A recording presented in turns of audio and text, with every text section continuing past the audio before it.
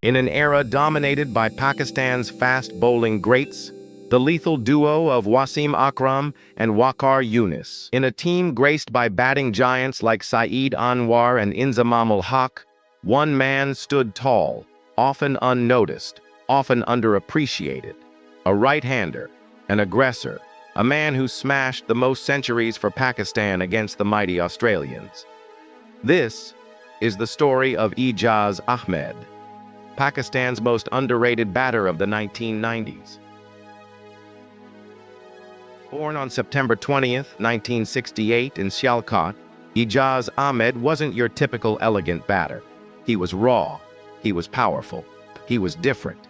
In a country that had already produced legends like Hanif Muhammad, Zaheer Abbas, and Javed Miandad, breaking into the national team as a young, unorthodox middle-order batter was no easy task. Ijaz made his ODI debut in 1986 against a fiery West Indies side. The start was modest. In fact, his journey in international cricket took time to gather momentum. But then came a breakthrough.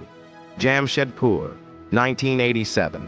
A powerful 72 off 83 balls, including 6 boundaries and 2 massive sixes.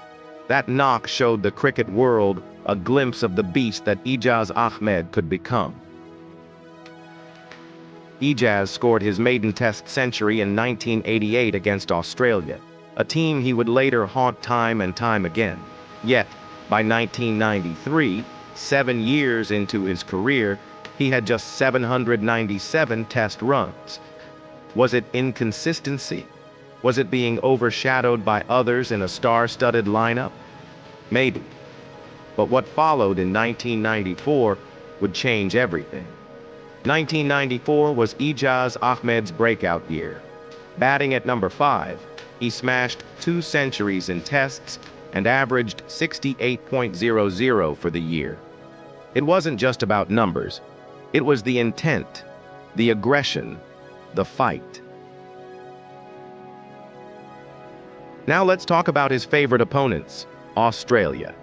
In the 1995 Sydney Test, with Pakistan trailing the series, Ijaz came out and played one of the best knocks of his career.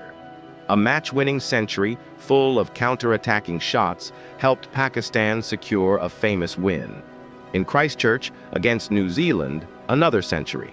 Another match-winning performance. He wasn't just scoring runs, he was winning games. On Pakistan's 1996 tour of England, he amassed 344 runs at an average of 68.80, including a century and 3 50s. From March 1995 to February 2000, Ijaz was in the form of his life. 33 tests, 2,216 runs, 10 centuries, average 45.22. That's more hundreds than any other Pakistani batter in that period. Yes, even more than Saeed Anwar, who had 7. Ijaz wasn't just a red ball hero. From 1996 to 2000, he played 124 ODIs, scoring 4,034 runs at 37.00 average. Here's the kicker. All 6 of his ODI centuries in that time came at a strike rate over 100. In the 90s, that was rare. He was playing like it was 2020, not 1998. His final ODI numbers: 250 matches, 6,656 runs, 10 centuries, 37 50s, an absolute middle-order pillar. In a 13-year international career, Ijaz Ahmed played 60 tests, scoring 3,315 runs at 37.67 average, 250 ODIs, scoring 6,656 runs. He wasn't elegant like Anwar. He wasn't as calm as Inzamam.